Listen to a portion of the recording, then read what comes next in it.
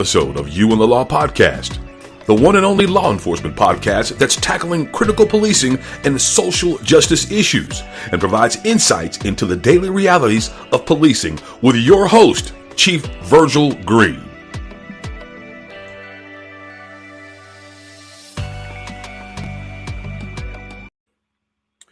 Welcome to You and the Law podcast, the show where we dive deep into topics related to policing in America, policies, and the principles that shape the world of law enforcement that occurs today. So I'm your host, Chief Virgil Green, bringing you real conversations that matter to officers, leaders, and communities across the country.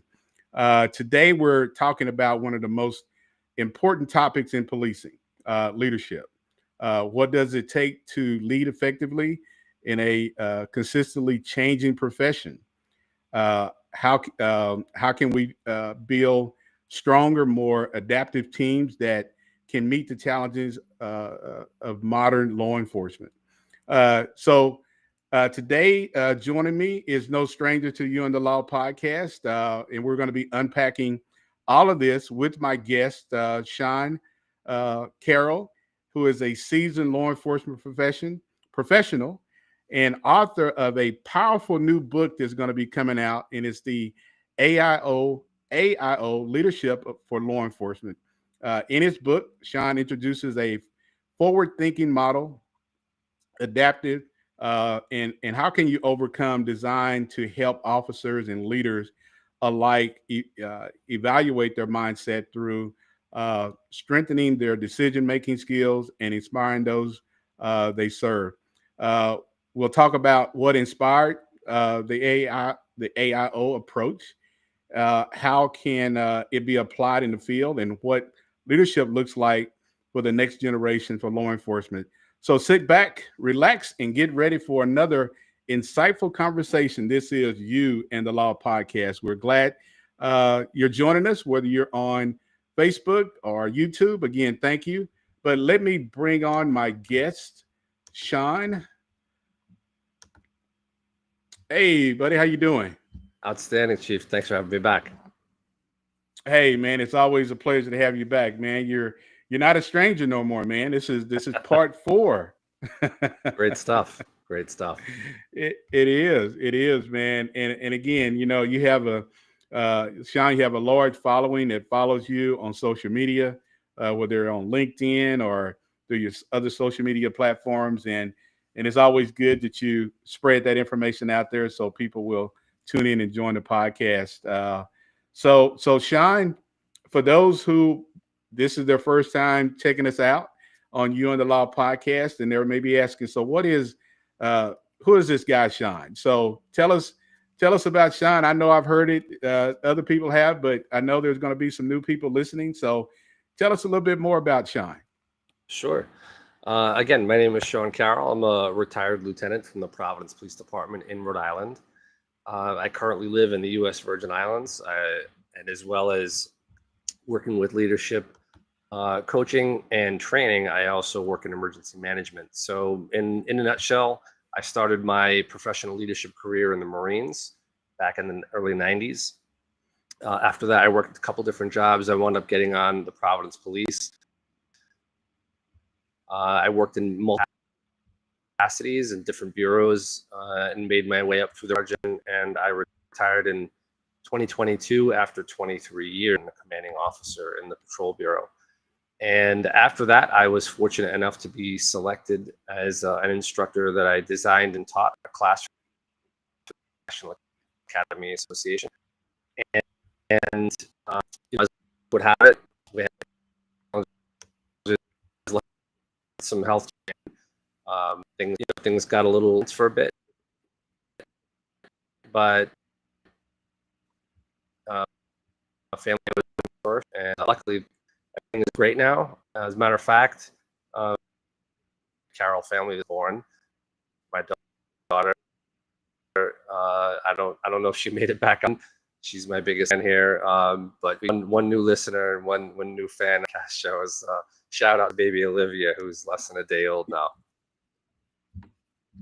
Yeah, congratulations to you and your family. Thank you very much. Yeah. So for those who are tuning in and listening, we may have a little lag and delay. So if you kind of notice a little lag, things will pick back up. But again, that's the world of live podcasting and how we have to deal with uh, with streaming on the internet. Um, so Shine. I'll pedal a little Uh, faster, Chief. Don't worry. I'm pedaling my stationary bike a little faster. Yeah. Get that going.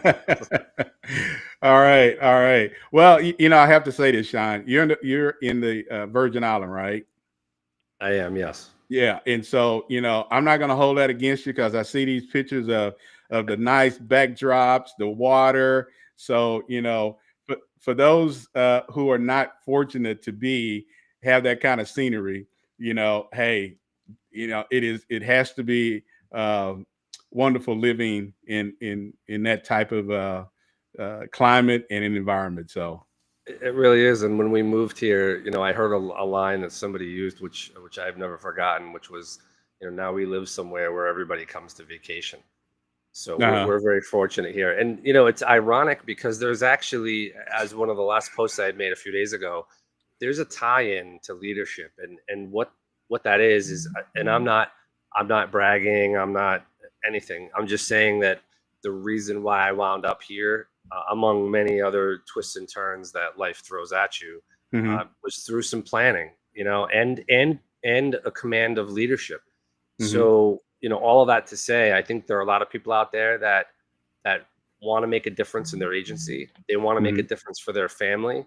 And, when I think about where I am now physically, being in the US Virgin Islands, part of that was many, many years of hard work and sacrifice by, hmm myself, probably even more my wife and the rest of the family. But we did a lot of planning to get here, and all of it was a result of, of leadership, essentially, Yeah. of me being able to find new roles, get to, um, to different positions. The income goes up, increases. But I think there's now, like I said, having a granddaughter born, today, when you have your first child as a father, you kind of see the world through a different lens. And now being a grandfather, you see it through an even slightly different lens from that.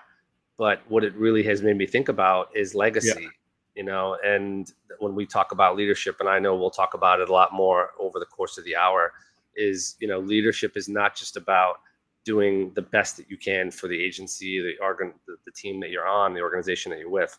It's hmm also about being a leader producer. It's about creating the next generation of leaders, and then ultimately of what your legacy is. And, as I've mentioned in our previous conversations, and I talk about in the book, there's the thing that Viking lore holds, that you die two deaths. The first death is when your body passes away, and the second death is the last time that someone mentions your name. And I hmm think that's really powerful, because when you leave your agency, does it fall apart? Are Yeah. you the linchpin that, like, they can't operate without you, which might feel great, but it's actually a weakness, as we both know. So I think, a lot of the things that have happened in the last few years, and definitely the last few hours, have really given me different perspective, which just drives the point home more so. So, back to your original question, when people ask me, like, what does that matter? Why do I care? All right, so maybe I make it through a day a little easier, maybe I don't. Well, what I'm talking about in plain English, for people that are in this, any type of law enforcement or first responder profession, is more money. I mean, that's being able to provide for your family, right? Yeah. Get your kids that night, the fancy school, or get your wife the better car, or whatever the case is, whatever, if it's tangible, if it's non-tangible, you want to go on trips. It's being able to live the life you want to live. And I think that's the thing that a lot of people never really considered, is they just figured we're cops, we're just blue collar guys and girls, and that's what we do. And I think that that's the part that people are missing, is not only is it important to advance the profession, it's important for you to be able to go home and for your team to go home at the end of each shift, but it also is an opportunity for you to get personal recognition, to feel good about what you do, to make those changes, right? In the agency that you're always saying, oh, this is wrong and that's wrong. And if I was ever in a position to make those changes, that's one of the things that I would do. And I think it's really powerful stuff. So it's a pleasure to be here with you. Yeah. It's all, Sean, and as you were talking about, that change, after you pass, and there was a quote that I had shared on LinkedIn some time ago, and it was about a headstone, and I've got to go back and find it, because it made people kind of think, about what's engraved on the headstone, and so I've got to go find that on my LinkedIn page and share that before the end of the podcast. But again, so Sean, let's dive. This is part 4 of the 11 fatal flaws of leadership, and so I want you to kind of touch on some of the things that to you really stick out in the book, and that maybe some things that you've experienced, or some things that, as you're teaching around the country, that really kind of remind you of just the leadership in policing. Because Sean, you and I probably see a lot of posts on LinkedIn about leadership, and I think well, it's not I think there is a lack of leadership in certain segments of law enforcement, and so and everybody has their everybody's talking about it. So obviously, it's something that we need to really address. So, what's your take on where the state of law enforcement leadership is at right now, and how does that flow over into the book that you've got coming out?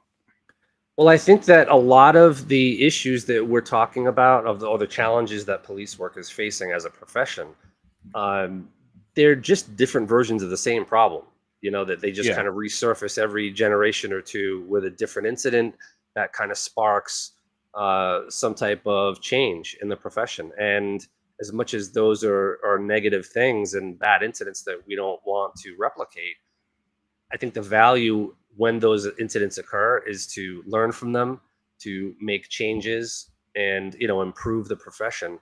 And so, to answer your question, one of the things that I think that's really missing is a really good lack of communication. And what I mean by that is, as much as we talk about being adaptable, and a lot of people in the profession are adaptable, but they're only adaptable within a tactical situation, right? Like, they go to a call and they're good at getting through that call and taking care of business, but they're not so aware when it comes to non-tactical things.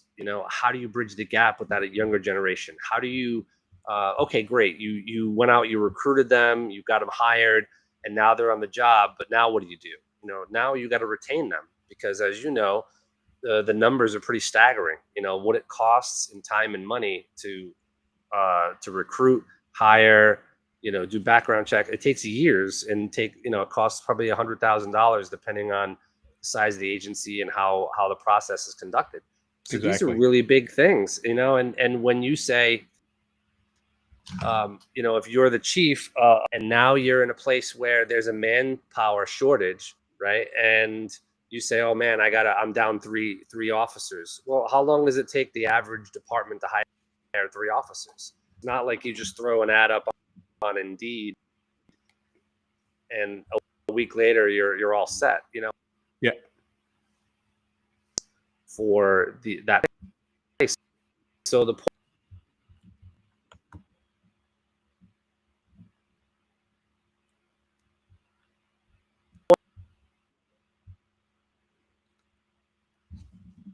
I think we're experiencing just a little technical delay on.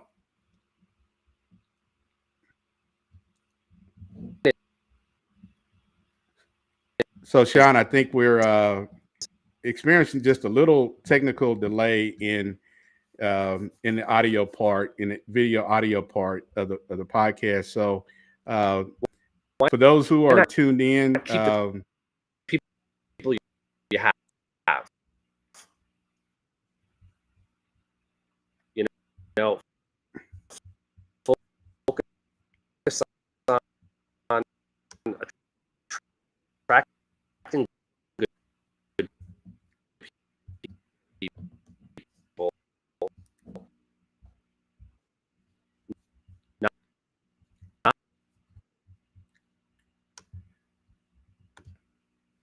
So, Sean, I think we're experiencing a little, pretty a significant delay in the audio part. So your screen is kind of frozen now. So for those who are tuned in and listening, we're going to try to get this worked out on our end. So just stand by. Don't go anywhere, Sean. If you can hear me, um, uh, your screen is froze. So uh, we can't hear you. So you may have to log out and log back in to reconnect. So everybody just hang tight until we get Sean back online, and we'll get this conversation started back up as we talk about part four of the 11 fatal flaws of leadership. And we're going to be talking about Sean's book that he's got coming out, which is the AIO, Leadership for Law Enforcement. And so, um, again, we want to thank everybody for tuning in tonight. But, you know, this is what happens when you have a live podcast and you have some technical difficulties. So, for those who are on, just hang tight. I'm waiting on Sean to log out and log back in, and we'll get this conversation started back up. And I see that he is back. Are you back with me, Sean?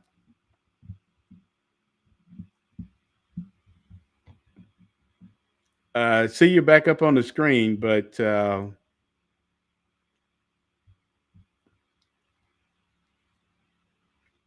think we're still having some delay and some audio uh, technical issues going on. So, um, and we're not going to blame this on Sean being in the Virgin Islands.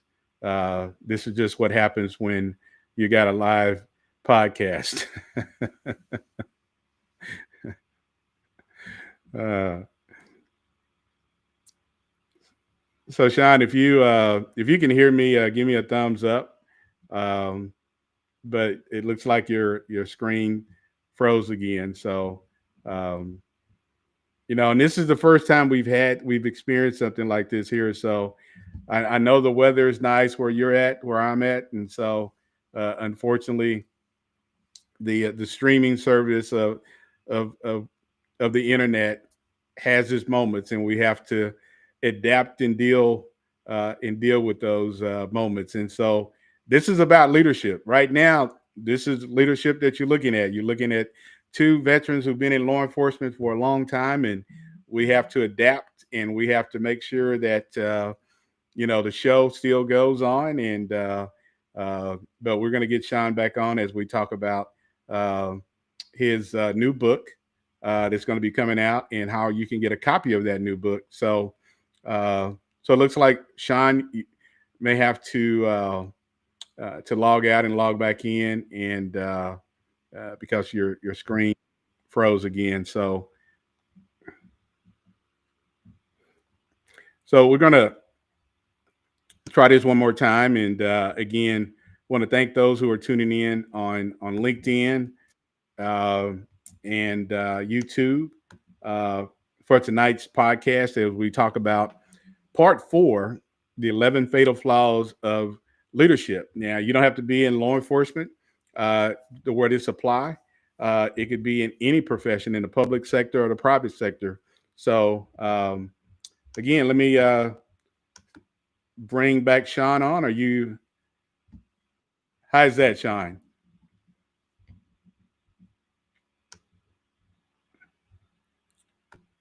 So I got you, I got the video. I just don't have any audio yet.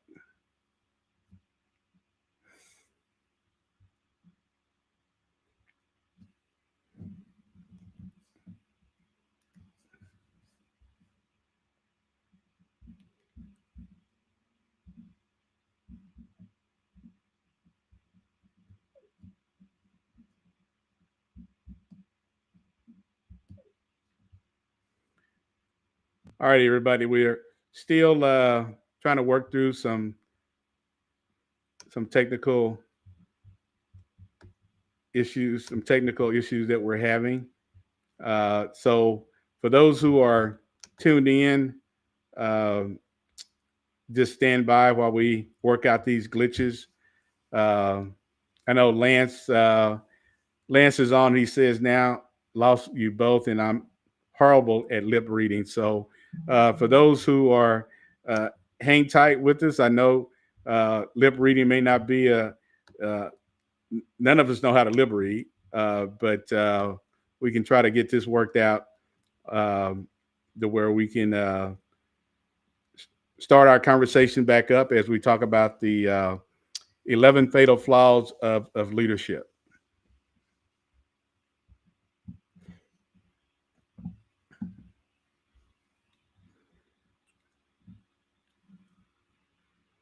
Looks like we're still having some.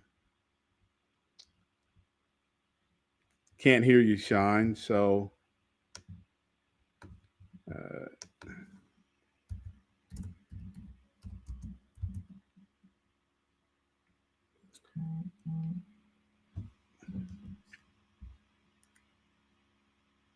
All right, everyone. So Sean is logging off and logging back in to rejoin the podcast, and so uh, apologies for the to take the technical issues that we're having tonight. Um, there's a first for everything, and so again, we'll go back to what we're talking about tonight is leadership and how our leadership is going to get us through this technical um, issue that we're having is definitely we're going to come out on top of it. So let me see if I can get Sean back on and uh, but for those who are tuned in on the streaming service on Restream, just hang tight with us, Miguel, Frank, and Bobby, um, and Sean is going to rejoin us here pretty shortly. But again, I want to thank you all. So just like he just popped back up on the screen, and let me see if this is going to work. All right, Sean, how about now?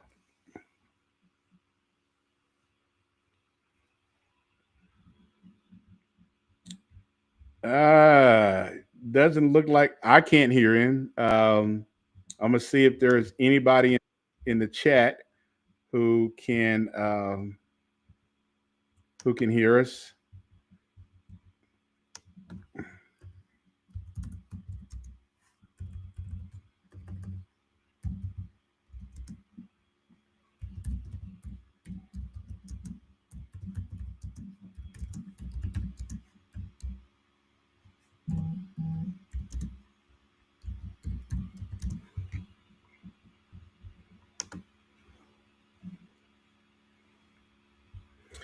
All right. Well, again, we're still having some issues with Sean um, logging in, and if you are watching on YouTube, again, we're experiencing some technical issues with Sean's being able to get in back onto the podcast. So let me see if this is going to work. Oh boy. How about now? Can you hear me now? Yeah, now I can hear Hallelujah. you. I feel like the Verizon guy. Can you hear me now? Can you hear me now? Yeah, All yeah, right. yeah, I pedaled a little harder. I realized I wasn't pedaling fast enough. Sorry about that. yeah. All right. So it looks like we've got some listeners on YouTube who can say that they can hear. Now somebody says I can't hear Sean, so we're back. And Bobby says find here on OIS mobile. So okay. All right, Sean. All right, we're So back. we're back. Take Well, two. yeah. So and and as I was telling everybody, this is leadership. This is how you don't panic. You don't you figure it out. It's going to Yep. work itself out, and we're back. And so I told them two veteran guys that have been around for a long time. We're going to figure it out. We're going to work through some technical difficulties. That's the AIO right there, Chief. That's Right? the We adapt, improvise, and overcome. Enact. exactly. All right then.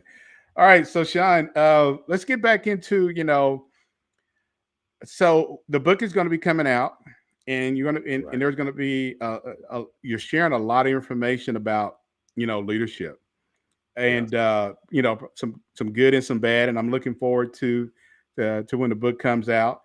But so, what are some of the things that you really want to kind of uh, talk about tonight when it comes to these 11 fatal flaws of leadership, and how people can kind of come out on the positive side of that? Sure. Well, the one thing that really inspired this was as I traveled the country and I talked to officers of all ranks all over the place. They were this particularly the younger ones were like, all right, I know how to succeed, but basically, how do I avoid failing? How do I not lose? And interestingly, as I got that question, I actually got it from different levels more and more, meaning higher ranking officers. Now, the interesting part was the way that they were asking the question. The perspective obviously was different. And so what I did was I wanted to figure out how can I help not only everybody else, but myself as well. And I figured out that most leadership failures can be categorized in one of 11 categories. And I've titled those the 11 fatal flaws of leadership. And they're everything from lack of awareness, too much ego, not enough humility, inability to delegate effectively, inability to communicate and influence properly, and it goes on and on. And I think there are a lot of them are fairly obvious because, as we've mentioned many times, leadership itself is simple. It's just not easy, and that's the mistake that a lot of people make. Is it's not fancy, and I think there's some people that are turned off when I tell them nothing that I'm going to talk about, whether I'm giving a lecture or I'm writing the book or whatever it is. Nothing I'm going to say here is new. I haven't created any new concepts. I mean, other than grouping things together and maybe analyzing them in a unique way. But I didn't make anything up here. This is all stuff that has been here for a million years. And I think, as we started talking about before, all the technical stuff, is as we move into this new generation now, the biggest concern that I have, and I think a lot of people share this concern, is that when everybody like me left in the Great Resignation over the last few years, there's a huge lack of institutional knowledge that walked out the door with officers like me. And, I was even astounded to learn that over 75% of all police departments in the country are like 20 or less. And Yeah. which is small. I mean, I came from a department that was over 400. We were a capital city. We had a lot of different stuff, a lot of different things going on. So if you're in a place that's only got 10 or 12 or 14 or 18 police officers, things are totally, totally different in that type of an environment. So I think the big thing is as we were talking about earlier, is not just attracting the right applicants, but also retaining them once you get them, because it's hard to get them, but it's even harder to keep them.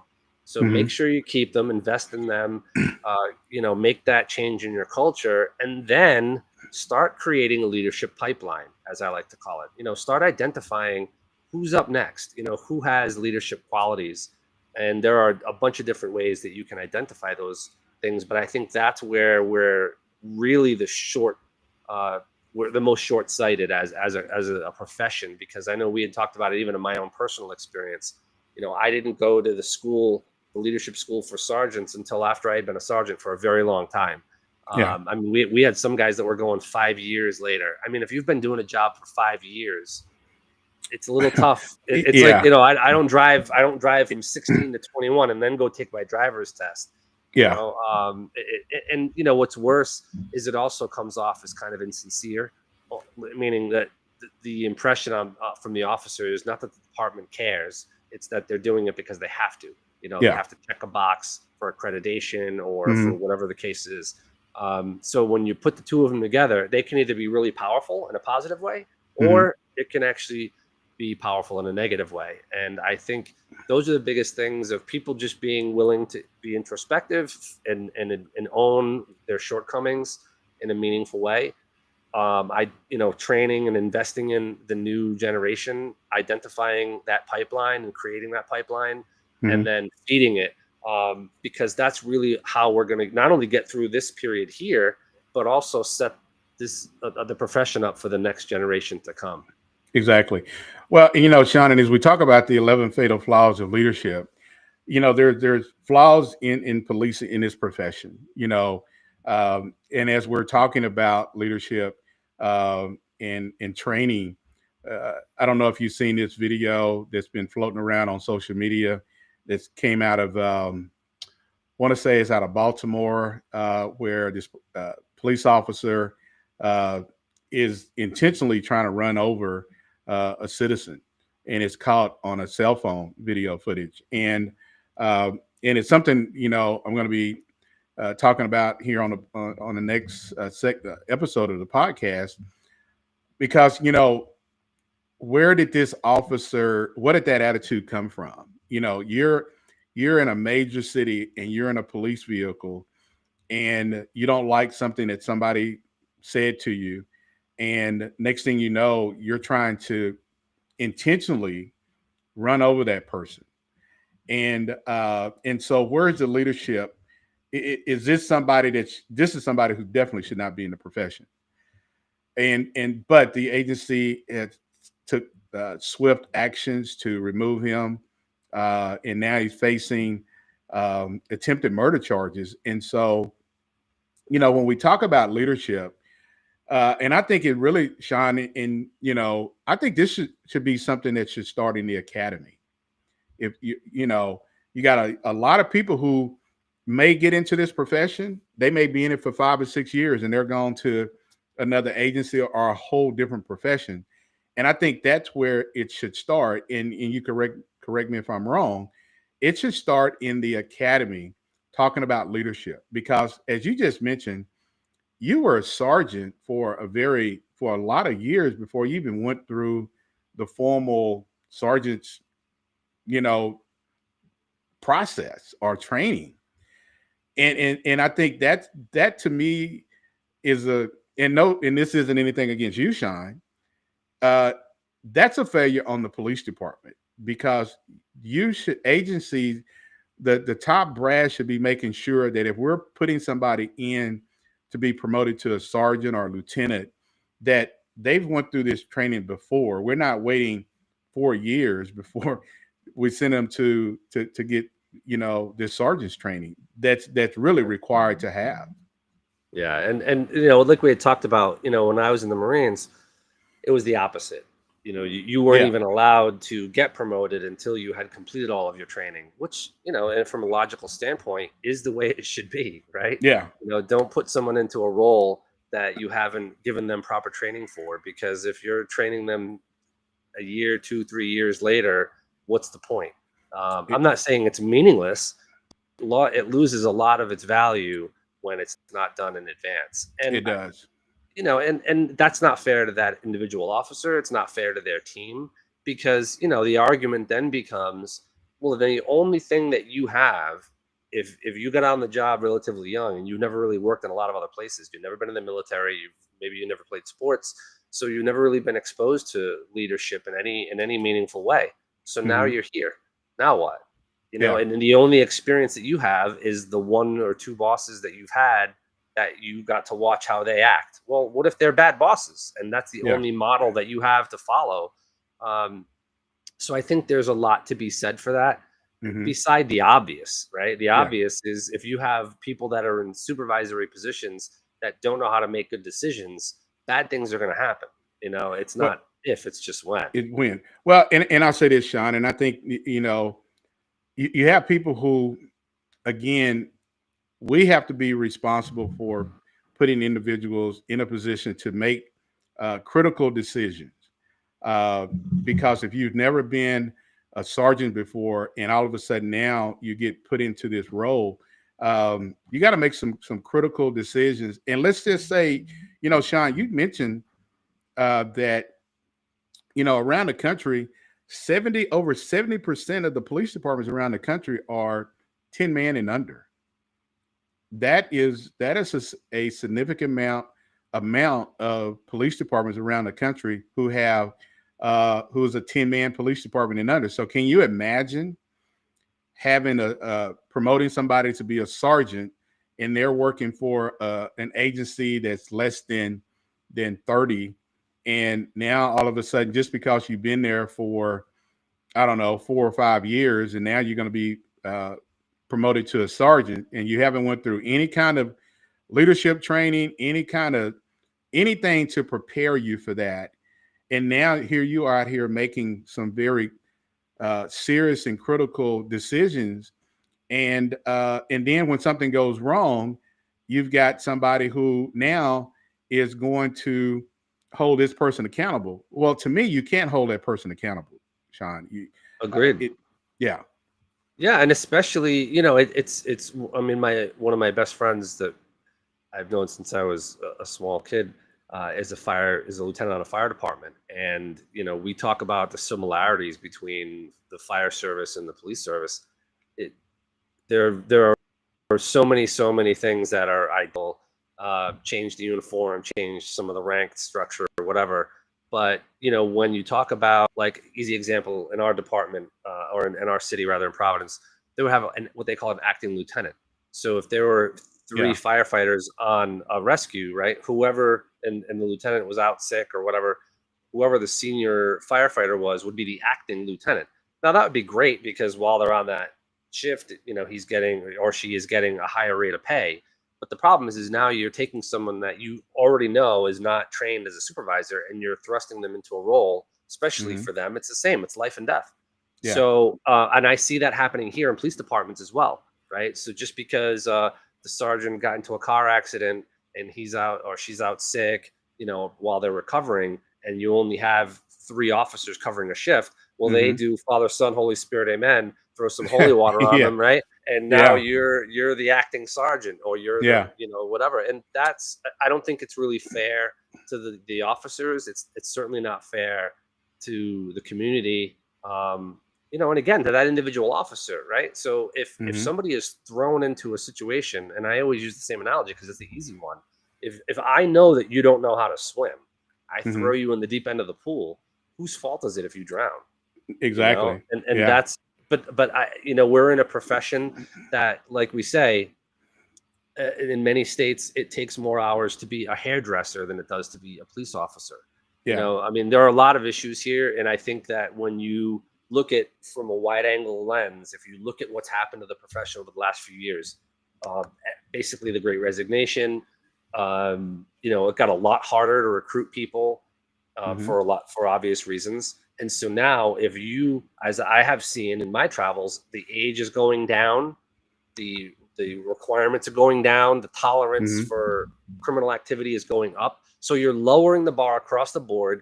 You're getting younger officers that are less emotionally experienced. And I know I'm not trying to go down a rabbit hole on this one, but I have kids that are in this same age, that are in their 20s, and you know what, like, for my son than my daughter, because of the timing, some of these kids sat in their basement for 3 or 4 years. They didn't go to high school, or they didn't go to college. They sat and played Call of Duty or Halo or whatever, Roblox. But now they're on a job where they want to text everybody because they don't know how to communicate with people. They certainly don't know how to take orders because they've never been in the military or anything paramilitary. They may not have even gone to college. And so when you take a kid that's young, that's inexperienced in life, and you thrust him or her into some of the very wild situations that you'll find anywhere in any law enforcement agency in the country, that's a recipe for disaster. It is. You're lowering the bar as you're increasing the risk and the odds. And what's at stake today is so much higher. The risks are so much higher for the individual and for the agency and for the community now, more than it ever has been. Yeah, it is, Sean. And the one thing that scares me is to hear a mayor or a city manager putting a patrol officer in a position to be acting chief. are putting that person in a position to be the chief, and they've only been a patrol officer. And I think that is now that really question. Now I question that person's leadership, because to say that, okay, they've been with the department for a couple of years, so they should know how to handle things. Well, so now if something critically happens, if there's an officer involved shooting, or if there is something else that happens, that person is going to say, well, I didn't know anything about it. I didn't know how to talk to the news media. I didn't know how to do a press release. And now you got the mayor or the city manager saying, well, that's not in my wheelhouse. That's why I put you in a position. Well, it kind of goes back to this, what I've always said. If people don't set you up to be successful, why would you put yourself in that position? I'd rather for somebody to say, I'm not ready for that. But Sean, you as we've talked about over the last series of our podcast shows, is that ego comes into place, and that, oh man, I'm going to be making how much more money? Oh wow, let me go ahead and do it. Now, if you've only been a patrol officer for 5 years, and all of a sudden the mayor comes to you and says, hey, I want to make you the acting chief or the chief, and you don't say no, sir, or no, ma'am, I don't want to, that I'm not ready to do that. And here's the reasons why. Uh, that should say a lot, but we don't have people who are, no, first thing they're going to say, oh, yes, because now I get a take home car. Now I get more money, and now I can tell people what to do. Right. And so, again, I think that is the failures that we continue to see across policing, especially in small and rural police departments. Yeah, I think the questions when it gets to that level, the questions shouldn't be, how much more is it? Do I get a take home car? The question should be, can you fire one of your friends if you have to? Can you tell the mayor, the city manager, basically that you're not going to do what they want you to do because they have a political agenda that you're not ascribing to? Yeah. Those are the types of questions, because I know we had talked about this before, and I say it all the time. And with the managers and leaders that I've worked with, this is the hard part. This is where you make your money. This is what you're getting paid the big bucks for, not for the easy stuff, right? I can put a bunch of guns and some drugs and money on a table and have a press conference and say, wow, this is great, and wear the stars and do all the cool stuff. But where are you when there's that really awkward looking use of force incident? Where are you when the mayor wants you to not assist ICE when they're doing their raids? Where are you when when one of your officers gets involved in an officer involved shooting, and the optics aren't very good at the outset? That's where you make your money. And I think if people put a little more time thinking about the bad parts, if you will, I think that they would, I'm not saying that it would change anybody's mind, but I think it would change their approach and how what they think about. And I think, as probably way better than I do, having been in that big chair, there's a lot going on behind the scenes there. It is. So when that mayor or that city manager is picking that officer, sometimes it's because they know that person's going to do what they want them to do, or they, they're their friend or their buddy or whatever the case might be. So you know what I mean when I say that there's a lot more going on than meets the eye usually. Yeah. Well, and Sean, and this is something that I'll have to admit in my career, and it's a flaw. And I think oftentimes you try to figure out how do you not commit a flaw, and how do you do some things that is not something that you really need to do. And I've struggled with this, because when we go back to the sergeant's position, and as you know, no matter what size of a police department you're in, Sean, that those individuals who are sergeants, the patrol officers are either going to look up to them, respect them, or they're not. And then if you got a sergeant who knows that person does not respect them, you're going to have some issues going on with some egos, because they may have been friends, but all of a sudden now you got picked and promoted or whatever, however it happened. But and this is the thing, and it's not an excuse, Sean, and to those who are listening, but you have so many agencies who are struggling to hire and retain people. And you have a lot of senior people who are leaving police, who've left their agencies. And you got to bring in, if you can't promote from, and let's just say you may have somebody within has 2 or 3 years of experience. How are you going to promote that person to be a sergeant?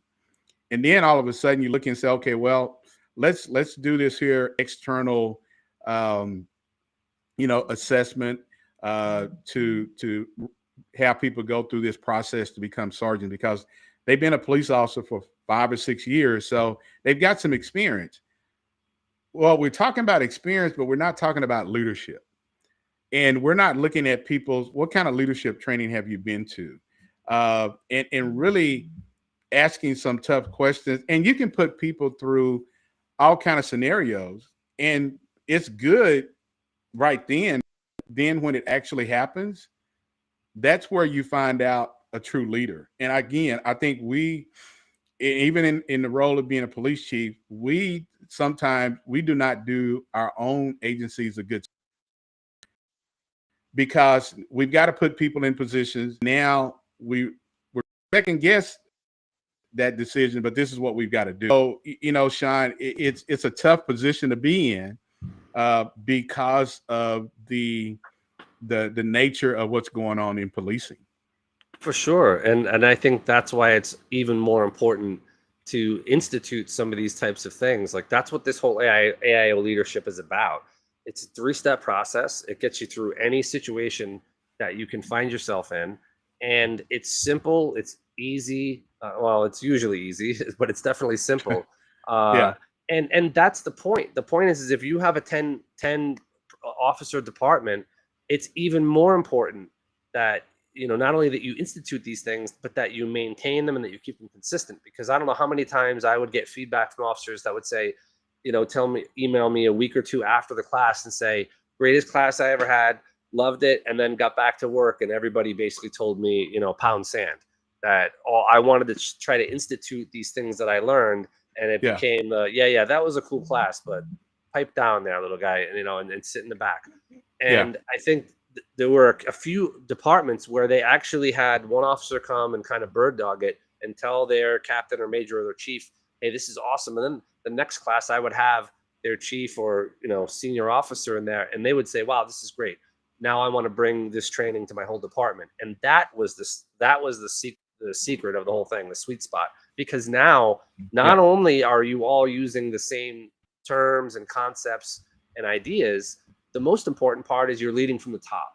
Because if I can learn all these awesome leadership things, but when I go back to work, you're still leading the place just like in a very old school command and control way, then that overshadows what I've learned, because I can't use it, any of it, because I have to do the things the way that you want them done. So if the leadership at the top of the organization isn't hip to this and hasn't bought in, then it's, in many cases, it's I don't want to say it's a waste of money, but it doesn't have anywhere near the dramatic impact that it could if it was amplified. Because, like we talked about a few minutes ago, even offering this training for regular officers, patrol officers, is great, because if you learn how to be a leader, it makes you a better follower. You understand why certain things happen the way they do, and it absolutely prepares you for later on down the line for when an opportunity does come up. Or it doesn't even necessarily have to be a formal opportunity. It could just be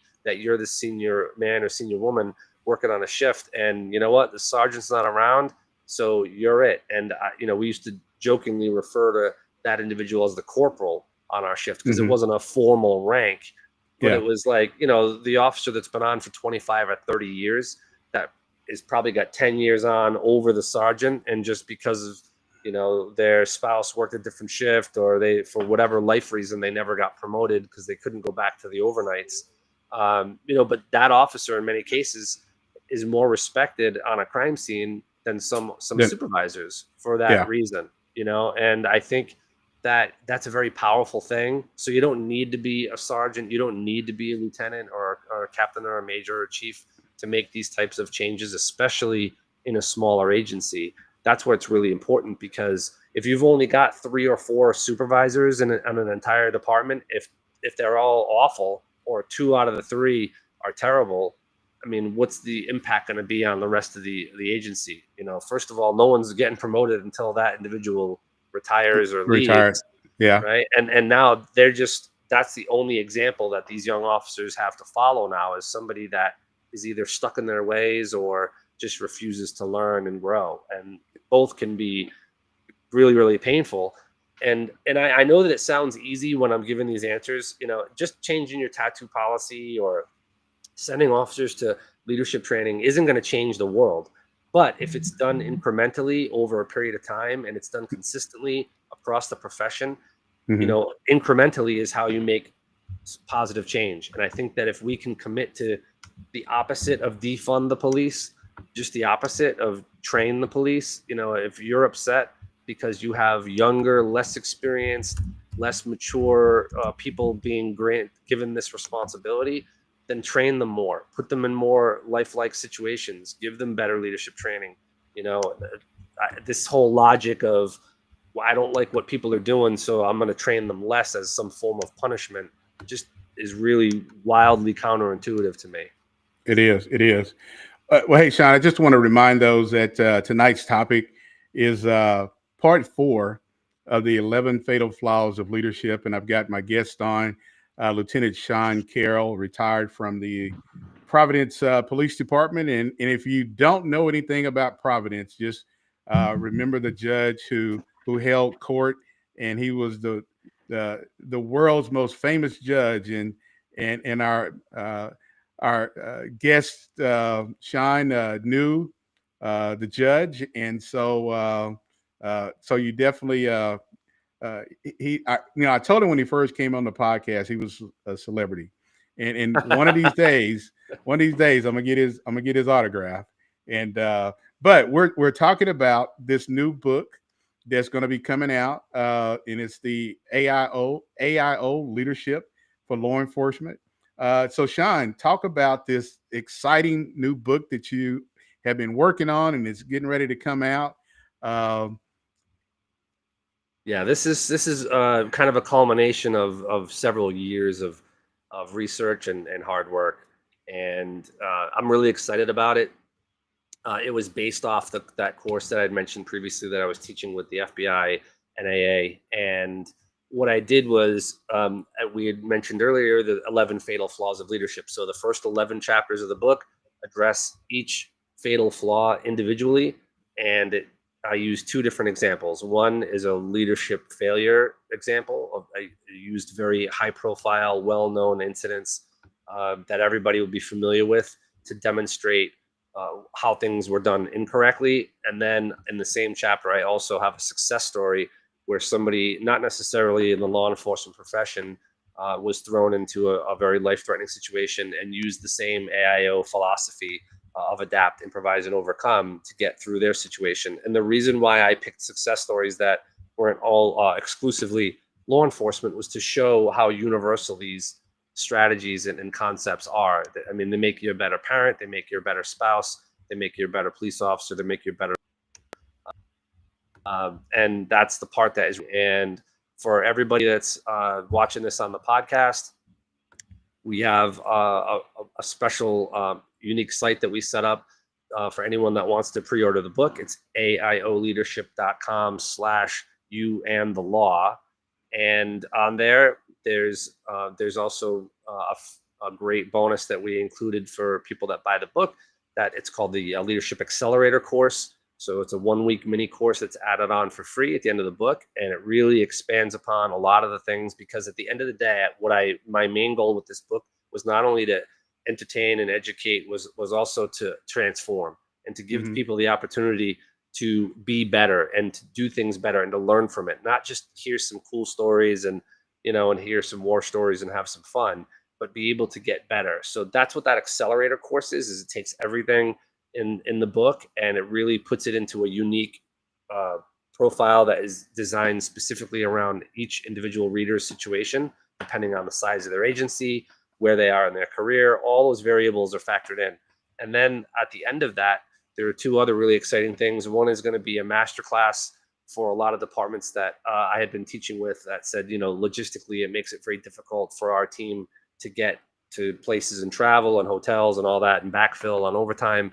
So this will be an opportunity for people that do have, a leadership pipeline, that they start identifying their next generation of leaders, that it's something that they can put them through and really level them up in a way that they don't have to travel and have to spend any money on backfilling overtime and those types of things. And then after that, there's going to be an online community that's law enforcement specific. So this way it'll be a community of like-minded individuals that are there just to hold each other accountable and also, just be a positive supporting group of people that are there to help each other get better. And like I say, instead of mocking the generation behind us because they're soft or this or that, putting all that aside and just trying to make them better. If they're willing to lean into it and they want to improve, then I'm here to support that and pay it forward, because that's really the only option we have. Yeah. Well, you're right, Sean. And I think, we can't talk about this enough. There's a new generation of people that's coming into this profession, and, they need to have that institutional knowledge of, to hear how things were with this generation and how they need to be prepared to lead, law enforcement for the next, 100 years, because it's going to change in the next 5 or 10 years. But it all goes back to something that you and I have talked about, something that our good friend Monty has talked about on his LinkedIn, and I've had him on the podcast. Leadership, because there is a breakdown in leadership, and but how do we fix that? And it starts from internally, from within. People who hold positions like being a police chief, or sheriff. Now, sheriff, that's an elected position, but they still hold leadership position and they still have people under their command. But I think the main thing is that we as police chiefs need to be able to admit that we've got some things that we need to correct. We got some flaws, and how can we do our job better to prepare that next generation of men and women who come into this profession. And Sean, and I'm gonna probably take some heat for saying this, but oftentimes I've heard that women make better leaders than men do because they listen, and men don't listen, and they get this ego attitude. But you find women who they come from a different lens. But I don't know if you've ever heard that before, but I've heard that women make better leaders than men do. Yeah, I've heard it. I don't know that I would make an unequivocal statement like that. Because I think both men and women have strengths and weaknesses, that are unique to each side. And I think the trick is being humble enough and aware enough to know where your shortcomings are. Like I talk about in the book, the concept of ego inoculation, meaning ego is good. Ego is a valuable thing. It's a powerful thing, and it's important to have. The trick is not to have too much, And what I mean by that is ego is what creates blind spots. Yeah. Ego is what stops you from improving. Ego is what gets in the way of making an adjustment. Like you said, what's wrong with saying we're not perfect? What's wrong with saying we could improve on X, Y, or Z? I mean, there's always something that you can get better at. So I think that if more people also understand that that's not a sign of weakness, that most people would actually acknowledge that as a sign of strength, and because that shows that you understand your capability, and where your limitations are, and you also know where the boundaries are, of where not to go. Yeah. And I think there's a lot to be said for that. So essentially, to your point, if people could just put a little bit of the ego aside, be honest, look internally, and understand that there's power in that. There's power in saying we're not great at this and we can get better. It doesn't mean you have to shout it to the rooftops. It just means that you can sit around a table internally and say, hey, where do we need to get better? And allow people the ability to speak up because as cops, we never have a shortage of comments when it comes time to, if those are solicited, right? But there's a difference. Are we just complaining, or are we trying to make it better? Exactly. And that's the difference. Exactly. Hey, we got a couple of comments in the chat. One is from Mr. Banning, who is watching on YouTube. He says, open lines of communications are a must. Well, let me shout out my friend Banning. That guy is a rock star. He is a superstar, retired. He's a Marine, retired police officer, and I won't tell his story for him, but he is an amazing proponent of the law enforcement profession. Huge wounded warrior, within both military and police supporter. Has done some incredible things to assist wounded warriors, wounded law enforcement officers, as well as provide an enormous amount of training. So I just want to say hats off to him and everything that him and his team are doing. And they're doing some really exciting things that I'm excited to hopefully become a part of, to be able to pay it forward and help the next generation. And it also doesn't mean I'm only looking at younger people, right? I want to help wherever the help is needed. So, it's funny because in a lot of cases, there are people that are older that they're in our age, right? They're in our late 40s, early 50s. And they're like, they could leave. They probably have enough time to retire, but they're in a good place. They're kind of under the waterfall, if you will.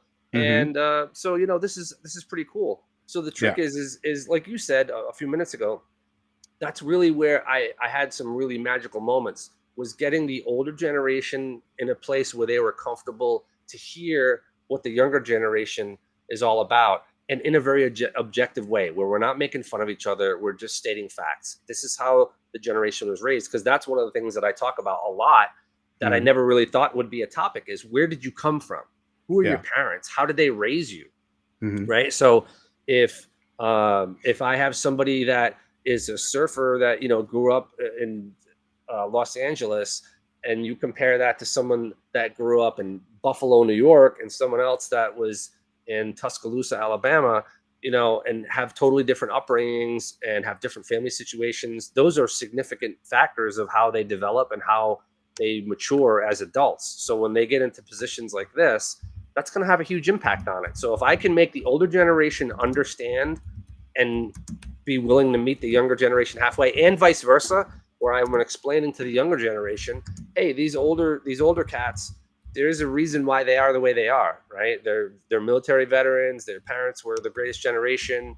So the way that they were raised affected the way that they are, and the way that, we have a little bit more of a propensity for tough love than the younger one does.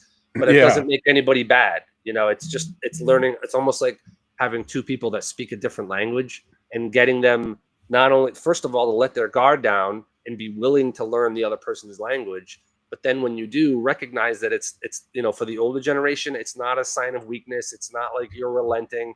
You're not coalescing to them. You're simply meeting them halfway. And that's the other part is, and I say that to the younger generation, you can't be entitled. You can't just expect things because you showed up and now everything is different.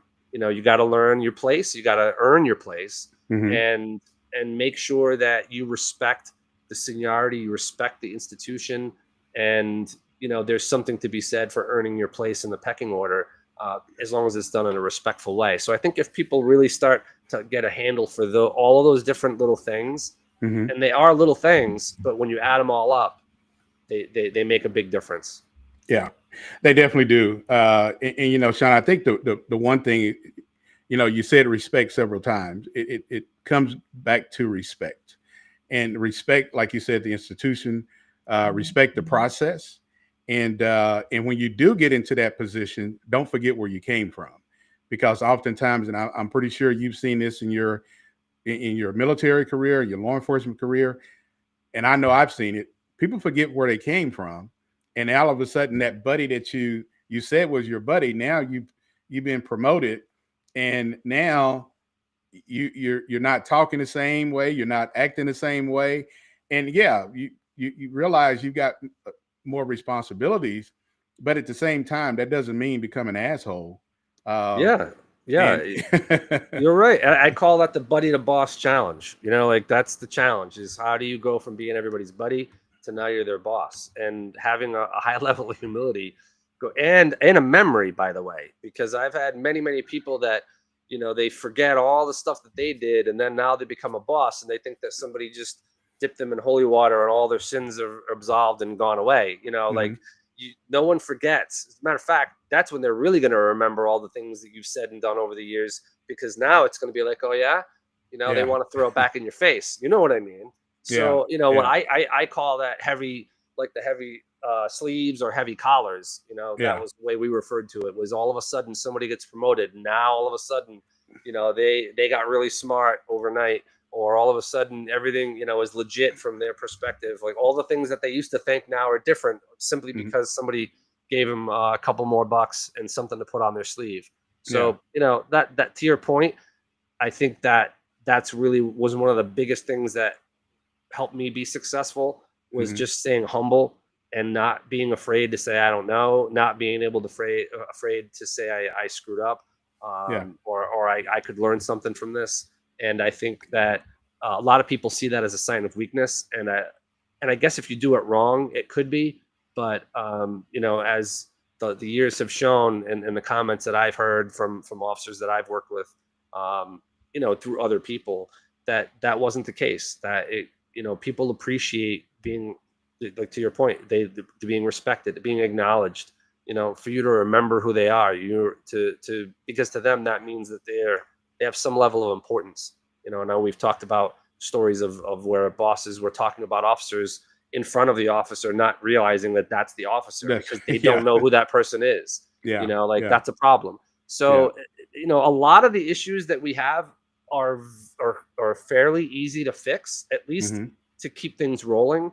But I think if we want to not just keep them rolling, but really expand on where we are and leverage these setbacks that we've had as a profession, leverage them to get better. And now when everybody's come to the table and now everybody is willing to say, obviously we need to make improvements. Clearly, Mhm. you know, I mean, I watch these videos all the time, these body camera videos, and I cringe through them and go, how is this even happening? Like, who are these Exactly. people? Like, who, Yeah. what is going on here? And now, don't get me wrong, there's millions and millions of great things happening too, Yeah. and that's great. You know, that's what's supposed to happen. But some of the things that are going wrong are things that should not be going wrong, and they're No. very easy to Yeah. fix. And it goes back to what we're talking about, leadership. Exactly Leadership. right. Yeah. Amen. Yeah. Yeah. Well, hey, Sean, you've got a lot of people online supporting you. I want to give a shout out to someone on YouTube, Josh. If you know, he says, Yeah, glad my to man hear Josh. and support my brother. And so, again, let me pull up here and see. I know we've got a lot of people who are just tuned in. We got Bobby. I think Bobby was on with us what, week before last or last Is it week? Is which Bobby is it? Is it it? I Bohm or don't know. It Kells? it it just shows Bobby on the screen. Okay. Uh, we've got Rebecca Carroll, who is on. We've got Lance. We've got Miguel. We've got Leah Ann, and so we've got quite a few of your supporters, and your fan club is Yeah, tuned and in tonight, family, so family. My and that's family. Rebecca is Yeah. my wife. She's the smartest one in the entire clan and easily the toughest, as I have learned yet again, watching my daughter go through childbirth. That is that is a very unique experience. So, but no, she's the glue that keeps everything together, and I'm just so humbled to have everybody here. Josh has been an amazing friend for a long time. Miguel Banning, I know Bobby. Just I can go on and on about everybody, and it really means the world to me to have the support of all of my friends and family, and also of professionals like yourself, Chief. You know, it's really validating to know that the things that we're talking about here are not only valuable, but they're important, and they've never been more relevant than they are now. Yeah, they definitely are. And again, we cannot, you cannot talk, you can't minimize leadership. This is something that has to be a constant conversation about leadership. And again, I'm just glad to be in a position to be hosting this podcast, to be able to have guests like yourself come on, and to talk about leadership is something that is real important. And this has been, this is part 4 of this podcast series of talking about the 11 fatal flaws of leadership. And it's something that, we're definitely going to have you come back on. We got the holidays coming up. You all just had a grandbaby. So I know, there's some family time coming up, but we've got to continue to have this conversation about leadership.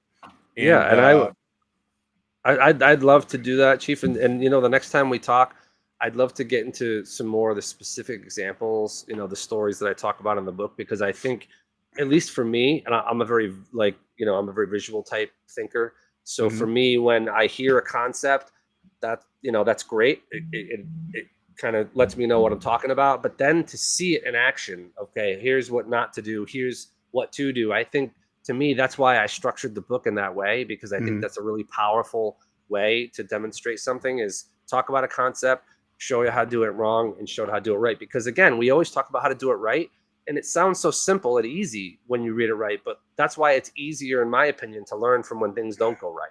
Because there's no question about whether this is right or wrong.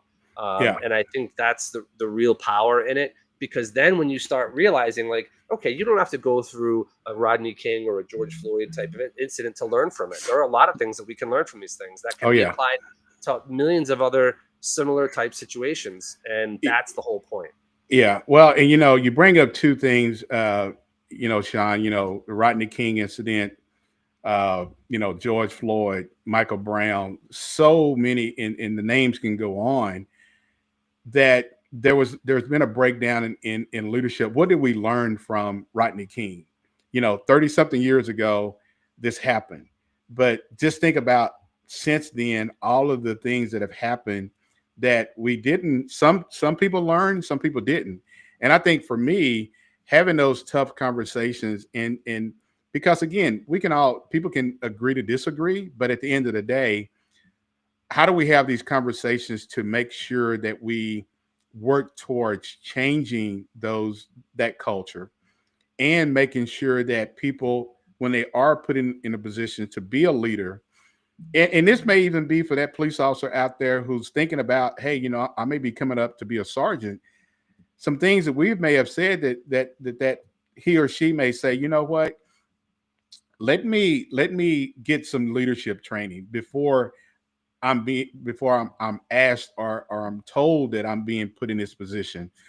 I hope that is something that people will take away from the podcast series that we've talked about, the 11 fatal flaws of leadership, is that find, if you have not been to any kind of leadership training, make it a point to get to your supervisor or even up to the chief to say, here's some leadership training I would like to go to. And there's some value in it. It's just not some training that you go to and you get a certificate that says, oh, I attended this training, but it has to be some impactful and meaningful training. And somebody like yourself, Sean, that is taught across the country as an instructor, is somebody who people really need to reach out to, and to get that wisdom and that knowledge from you about what is it to be a leader, and what stories or what advice do you have to share with individuals? Yeah, and it's funny because all of those stories that you mentioned, including Laquan McDonald, they're all in there, and they're not in there specifically because of the racial aspect of it. I know that's certainly an element, but it's there because there was a significant leadership failure, and in many cases, it was a lot more than just one. Yeah. And I think the reason why, and if when you get the book, you'll notice that I approach each one slightly differently. And what I mean by that is some of them are more of a just sheer tactical type stuff. But this is not supposed to be about tactics. Yeah. It's supposed to be about leadership. So as you get further into the book, the tone starts to change. So now you start seeing things through the eyes of a mid-level supervisor, like a first line, like a sergeant, corporal, lieutenant. And then at the end, you start seeing it from the upper echelons, and you see how the perspective changes. Meaning that if I am a patrol officer, all I'm worried about is getting through the shift, doing what I got to do, and going home. If I'm a sergeant, I'm worried about making sure that everybody goes home safely, but also that, there are no noteworthy news incidents. I don't want anything on the news, and vice versa. Somebody that's the chief, his concern is what's on the news. What does the body camera footage say? So they're all concerned about the same things, but everybody has significantly different concerns based on their role, right? The officer is worried about the tactical part. The manager is worried about the strategic part, and the executive is worried about, the executive part. So that's the beauty of this, is there's something in it for everybody, no matter what level you're at. There's something to learn, and that's why I pick the stories that I do, and I approach them with the way that I do it, so that everybody can get something out of this, and it's something that's actionable and it's immediately employable, that you can go back to work the next day and say, wow, I learned something because of this. And that was really my goal with this, and the mission was to create something that is not just a great book, hopefully, but a tool and something that people can leverage and use. And not to say that you'd be in the middle of a shootout reading a book, but even if after a critical incident, I put things in there that if there is a critical incident afterward, there are checklists, there are forms, there are questions, things to ask yourself, things to look, not only as you're getting through the incident itself, but how to process it for you and the team afterward on many levels, not just tactically, but emotionally, from a PTSD standpoint, all those different aspects, officer wellness and those types of things. So that's the real power of it. And that's why I'm so excited, not just about the book, but about the course, because as you said, a lot of these agencies don't have the ability to send somebody that, the best they can do is sit them in a room off the road for an hour or two a night for a couple of weeks, in order to get them that training. But this is something that they can do that with. And, I'm a regular guy, so I enjoy speaking like a regular guy. I tell stories about my career. And the funny part is, I've had a couple of people that I've worked with say, "Oh, you're doing a book on leadership?" And I'll say, "Yeah, man, because I learned the hard way of what not to do." That's okay. Yeah. Yeah. All right, Sean. Well, hey, let everybody know how, when the book is coming out, how they can get the book, and how they can connect with you. The book just went to the printer today, so it's probably got a couple of weeks. I won't know back until I think Monday to get the lead time, but they can pre-order it. Like I said, with the pre-order, you also get the accelerator mini course that's free, that's added on, that's included.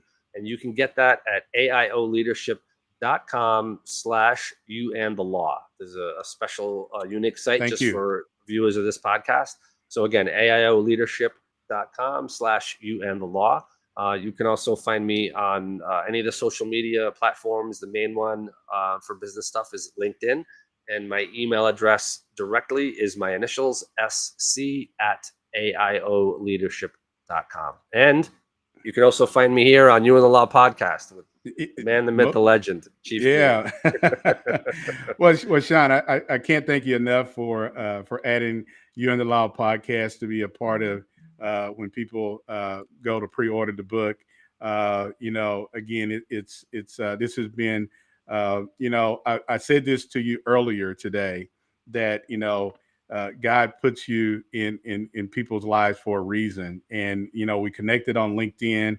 I got you to come on the podcast, and here we are, 4, episodes later, talking about, the 11 fatal flaws of leadership, and your new book that's coming out.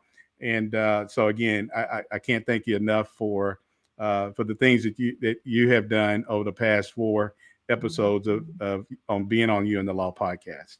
Oh, it's my pleasure, and quite frankly, I'm honored to be part of the movement of what you're doing here. You're doing some really great stuff. You're not afraid to take on the edgy topics, and you do it in a very fair and objective way. And I think that's the most important thing as we move forward is don't put emotion on it. Just call it what it is, and if it's broken, let's fix it. If it isn't, let's keep going. And I think that's really the most powerful thing is for people like us, even though, for someone like me, I'm out of the profession where you're still in it, at the latter end of your career. But I think that's where, paying it forward and giving back will allow us to die that Vikings death, like I talk about. Yeah.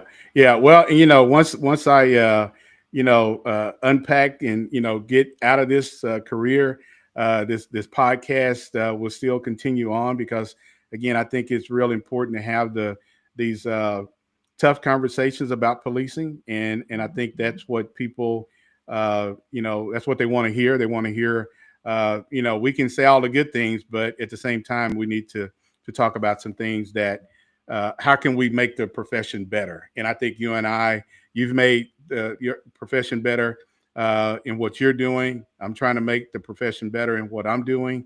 And so, and for all those who are listening tonight, who are in law enforcement, been in the military, I think we all play a role in trying to make the profession better. Better leaders. And so I just can't thank you enough. And so when the book comes out, guess what? We're gonna have coming back. So let me check on a couple of comments that are in the chat before we head out of here. Again, Josh, thank you. He says great show. And Mr. Banning says would love to bring the both of you on his podcast as well. It was great to watch this. So again, thank you for tuning in, and again, thank everybody for tuning in. And if you miss any parts of this podcast, it would be uploaded. It's going to be on Spotify, Apple Podcasts. It's going to be on our YouTube page. And if you don't follow You and the Law podcast, I got to put this out there. Go to Spotify, go to Apple Podcasts, go to our YouTube page, our Facebook page, like, share, subscribe, and listen to some of the other episodes that we've talked about on You and the Law podcast. So, Sean, again, it has been great having you on, and we're gonna do this all over again when this book comes out. And so again, definitely thank you for taking the time. Thank you, Chief, for the honor of having me, and thank you most importantly to everybody that was gracious enough to give their time tonight to be here. Lance, rockstar, really just can't thank him enough. It's great to reconnect after a while. Minutia, I'm gonna guess and say that's Matt, but I appreciate all these guys, and I owe a lot of money. I know a lot of money now. This is a lady in Louisiana, the Green Door. Oh, that's right. Yes, yeah, we can talk about that offline. But yeah, that was a learning experience for me. Oh, okay. We had a lot of fun. We had a lot of fun there. Okay. So good stuff. But again, these are top-notch guys, and I'm so excited to have them here and honored that they would spend their time with us, and and that they're also committed to making the profession better, and that means a lot. So thank you for everybody that's here supporting me, supporting us. It really means a lot, and thank you for the opportunity to be here with you, Chief. Okay. All right. Well, we're definitely going to be working on getting some things scheduled back on to come back on another episode of You and the Law podcast. But again, Sean, thank you, and everybody have a safe Thanksgiving is coming up. What is that? Week after next? We are 2 weeks away from from Thanksgiving, right? And and again, look forward to more informative conversations right here on You and the Law podcast. So again, everybody, thank you for tuning in, and we will see you next week right here on You and the Law podcast.